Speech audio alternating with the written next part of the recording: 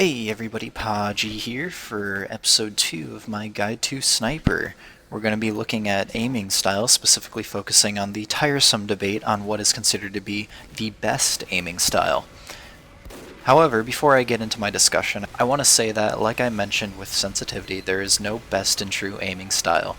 There are benefits and disadvantages to everything, and it's really up to you to decide for yourself what is best. Now, to better understand aiming styles, we need to take a look at how the human eye perceives light and processes the information it takes in. When you look at an object, unless you have some kind of vision handicap, the object will look very clear. You will notice that there are other objects in your field of view, but they're not as clear as the object in your focus. This is because of how your eye processes information. Through evolutionary processes, we have basically developed two sections in our field of view. There's the macular area of vision, where everything is most clear, and the peripheral, where you recognize that there are objects, but you may not know what they are without actually focusing on them. The reason why objects are clearer in the macular region is because your brain is taking more time to process the light that's entering that part of the retina. The difference in processing time is basically milliseconds, but in a lot of cases, milliseconds are all you have. Now consider the following. We're going to compare aiming styles as if they are different sports athletes. You have a professional boxer and a professional baseball player, both making millions of dollars because of their understanding of the sport they play as well as their hand-eye coordination. Both need to be able to track movement very quickly, but they both do it in their own way. The baseball player, for example, needs to be able to track a baseball coming towards a strike zone so that he may hit the ball. The batter needs to train himself to focus on a really small, really fast-moving object, and thus needs to use the macular area of vision to track the ball. The boxer, on the other hand, needs to be able to notice a punch coming in the instant his opponent throws it.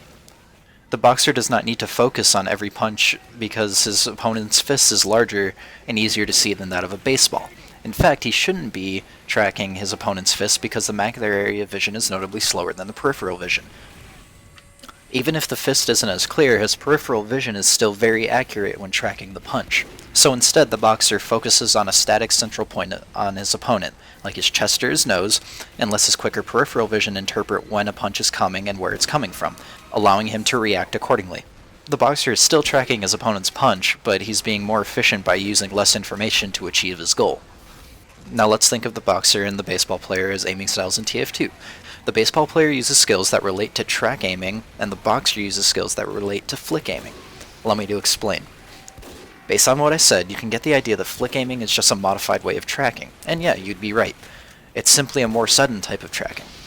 Flick aiming usually gets a bad reputation because from a spectator's point of view, it looks like the person aiming is just flicking their mouse across in the general direction of an opponent and just hoping to connect. However, there is more going on than meets the eye.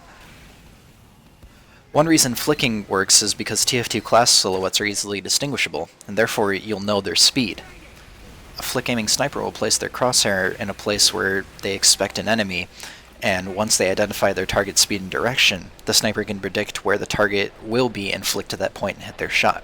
A lot of snipers find this advantageous because it's sometimes difficult to actively track a player's movement for one shot. Enemies can be very unpredictable, and sometimes it is best to track short segments of movement to base your shot off of. The disadvantage, however, is that you miss time when you want to track your enemy and you flick in the wrong direction. Overall, though, with enough practice, your flicking and timing can become quite accurate. Track aiming, on the other hand, focuses more on keeping your target at the center of your vision and reacting to his change in movement. With weapons that involve automatic firing, like the minigun, SMG, or pistol, it's pretty important to track your enemy because you're firing a stream of bullets and want as many of those bullets to hit as possible. Track aiming snipers take this philosophy and try to keep their crosshair on or near the enemy as often as possible, and take their shot whenever they please. The advantage to aiming like this is that your crosshair is almost always on the enemy and your shots can be theoretically really accurate because of this. The disadvantage to this is that the more unpredictable your enemy is, the harder it is to keep up this level of tracking, and you'll look like you're bouncing your crosshair across the screen because of it.